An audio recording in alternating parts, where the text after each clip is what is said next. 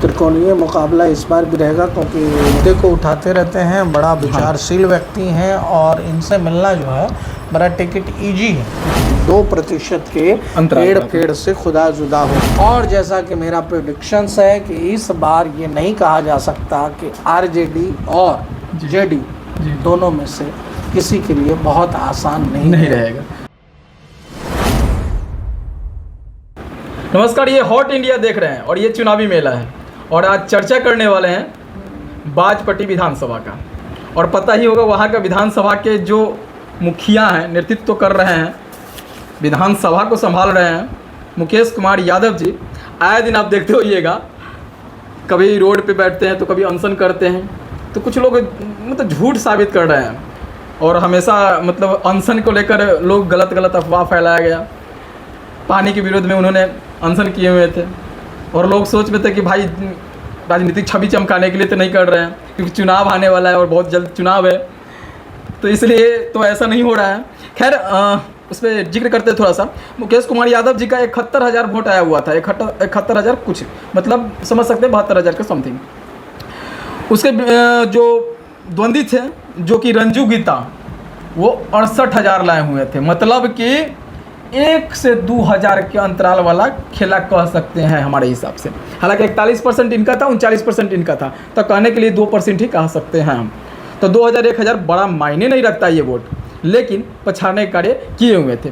उनसे पहले भी रंजू गीता जी ने जीते हुए थे, जिसमें 67,000 वोट इन्होंने लाकर 67,000 कुछ वोट लाकर विजय हुए थे।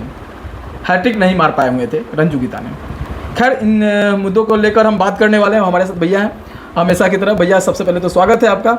और ये बाजपट्टी विधानसभा बहुत हॉट रहता है इसलिए क्योंकि एक दूसरे का ही द्वंद्वी है वहाँ पे, और ज़्यादा का अंतराल नहीं रहता है द्वंद्वी का, 1-2 हज़ार का ही है। रंजू गीता जी का ऐसा लग रहा है कि दोनों सालों का देखने के बाद कि फिक्स्ड वोटर्स इनका है, चुरा लेंगे मुकेश कुमार यादव। देखिए, पहले तो बहुत बहुत आभार, बहुत बहुत नंदन अभिनंदन वंदन हमारे सारे दर्शकों को प्रणाम करता हूँ। और आज जिस विधानसभा का आपने जिक्र किया है, बाजपट्टी विधानसभा जी, बड़ा मतलब नज़दीकी मामले से जो है कि ये सीट जो है कि आरजेडी के खाते में गई थी।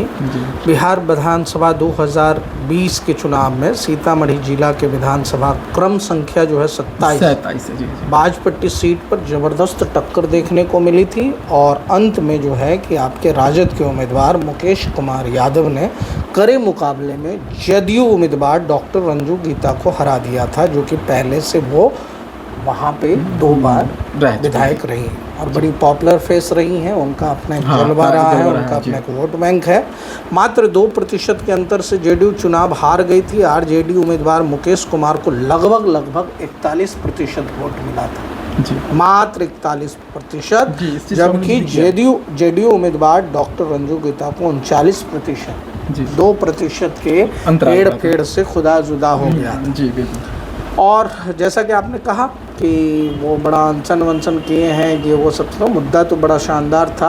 मतलब लोग यही सोच रहे हैं, अक्सर लोग सोचते हैं ना भैया कि चुनावी का समय है भाई, चुनाव के समय में ना होता है, मेला लगता है तो उसमें जाने के लिए ये वो सजाया जाता है, तो ऐसा मतलब लोग कह रहे हैं। मेरा मायना नहीं है, मेरा मतलब कहने का मतलब नहीं है। और मुकेश यादव जी, आप गलत नहीं लीजिएगा कि हम आपके विरुद्ध बोल रहे नहीं, वहाँ के कुछ लोगों ने मुझे बताया था। हालांकि आप बहुत अच्छे हैं और कार्य भी अच्छा कर रहे हैं। किसी को ना तो हमारी किसी से दोस्ती है और ना किसी से बैर है। ये हमारा एक शो है जिसका नाम है चुनावी मेला, और इस मेला में हम लोग जो है कि उनकी एक लोग आ रहे हैं जो आपके बड़े करीबी हैं, सुना जा रहा है जी। तो वही उन चीज़ों पे मैं आऊँगा। तो वही मैं बता रहा था कि बाजपट्टी विधानसभा सीट पर जदयू से डॉक्टर रंजू गीता जी जो है, राजद के मुकेश कुमार यादव जी, और जिनका जिक्र करें तो उनको भी आप कमतर नहीं आंक सकते। उनका नाम था रालोसपा से खड़ी हुई थी रेखा गुप्ता जी। इन तीनों के बीच त्रिकोणीय मुकाबला था जी, है ना। बाजपट्टी में तीसरे चरण में चुनाव हुआ था जी। बाजपट्टी में यादव, मुसलमान और वैश्य की संख्या अच्छी तादाद में है, हमारे दर्शकों को पता है। तो आपको मैं ये बताऊं कि जिस समय जो चुनाव हुआ था उस समय जदयू के प्रत्याशी डॉक्टर रंजू गीता ने 67,194 वोट पाया। ये तो अच्छी बात है जी। लेकिन आपको पता है कि BLSP की रेखा कुमारी को 50,248 मत मिले, जी है ना। ये 2015 की बात कर रहे हैं जी, है ना। जी बिल्कुल। तो कितना वोट का ये अंतराल था, मतलब नजदीकी मामला था। जब उनके साथ थी पिछली बार चुनाव में, ये सब गणित का भी हेरफेर हुआ जी। इस बार देखिएगा कि बड़ा जो है कि त्रिकोणीय मुकाबला इस बार भी रहेगा, क्योंकि रालोसपा जो है वो इनके साथ ही है जी। क्या बोलते हैं, एनडीए के साथ जी, है। जी, जी। और महागठबंधन जो है उसके उम्मीदवार मुकेश कुमार यादव को ही मिलेंगे।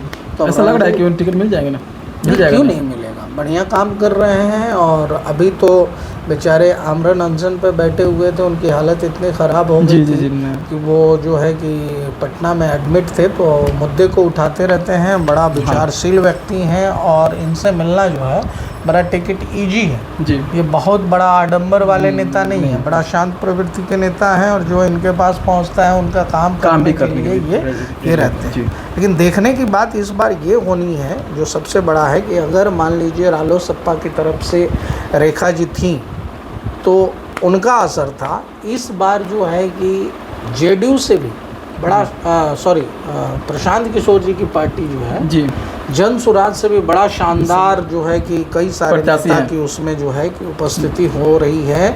और सब जो है कि अपने अपने हिसाब से इस बात को लेकर ये है कि हमारी जीत हो सकती है। जैसे कि अनवारुल हक साहब 2010 में जो है रंजू गीता के ख़िलाफ़ ही लड़े थे और उस समय जो है कि इनका प्रतिशत बहुत छोटे मुकाबले से जो है कि हार गए थे। रंजू गीता को 44,726 वोट मिले थे 2010 में, वहीं मोहम्मद अनवारुल हक को 41,306 वोट मिले थे। मतलब 2-3 हज़ार के अंतर से जो है कि इनकी हार और जीत हुई थी।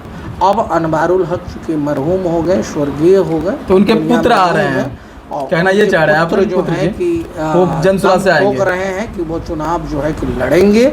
और उधर सीताराम यादव जी जो कि पहले जेडीयू आरजेडी से थे, उनकी भी जो है कि चर्चा है कि उनके परिवार से भी कोई उम्मीदवार होगा। तो देखना होगा कि इन दोनों में से किसको जो है कि ये टिकट देती है जनसुराज। लेकिन कुल मिला के जो रालोसपा की भूमिका रही थी 2-4 हज़ार के अंतर से, उसी हिसाब से जो है कि इन लोगों के बीच में जो है कि उपस्थिति रहेगी, त्रिकोणीय मुकाबला रहेगा। और जैसा कि मेरा प्रेडिक्शंस है कि इस बार ये नहीं कहा जा सकता कि आरजेडी और जेडीयू दोनों में से किसी के लिए बहुत आसान नहीं रहेगा। मतलब मुकाबला त्रिकोणीय होने वाला है। कहने का साफ तौर से इनका कहना था कि त्रिकोणीय मुकाबला होगा और जीत कौन हासिल करता है ये देखना होगा। देखिए, हम मिलते हैं अगले वीडियोज में, दीजिए हमें इजाज़त। और चर्चा तो होती ही रहेगी, चर्चा परिचर्चा में तो हम लोग बैठते ही हैं। कल का मुद्दा कुछ अलग होने वाला है, तो देखते रहिए। और सब्सक्राइब नहीं किए तो सब्सक्राइब कर लीजिए, हमारा चैनल नया है। और फॉलो, फेसबुक पे देख रहे हैं तो फॉलो कर लीजिए। दीजिए हमें इजाज़त, धन्यवाद, नमस्कार।